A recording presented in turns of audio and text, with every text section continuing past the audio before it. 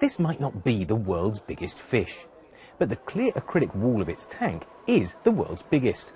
And it's swimming around in the heart of the world's largest shopping centre, all in Dubai. It's a city that's home to the world's tallest hotel, as well as the tallest tower. And when it comes to breaking records, this part of the world is seeing a boom. We have here some of the most amazing records from all across the world. We have the largest bicycle, the largest afro. Guinness World Records is where you turn to certify a new record, and rising demand means they've just opened their first office in the Middle East.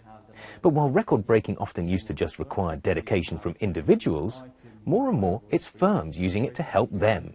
We have seen a lot of interest from brands and companies from the region in breaking record attempts, and that is for several reasons. One of them is that Guinness World Records has a global appeal, and companies and brands want us to be involved in their activities, marketing campaigns. Also, most of the companies and brands want to be the best at what they do, and they want their records to be distinguished globally, and that's where we can, in a very unique way, endorse their claims. And one company here doing just that is Mondelez International, formerly Kraft Foods. A couple of years ago, they made the longest ever line of sandwiches. Now the firm wants to create the world's largest ever donation of unwanted toys and are paying for advice on how to make that happen and to verify the event itself. For Mondelez, an advantage has been the impact breaking records has had on its staff. Personally, for me, the great value was for our office coming together as a team to do something which was big.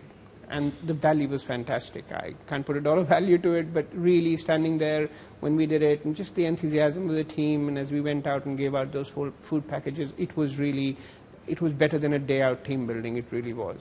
But for many, the real shining moment when it comes to breaking records, perhaps, is in the global publicity it can bring, as this lighting company discovered in Qatar. Achieving a world record like this, which was actually never the goal to create the largest chandelier in the world, it happened to be so because the building demanded a very large chandelier, and we found out later on that it was the largest chandelier. It does have a lot of impact because you will be mentioned throughout the world in all kinds of news and magazines. Even if you are an unknown company, Bowman Cloud & Design was not unknown, but in certain areas in the world we were well known, in other areas we were not.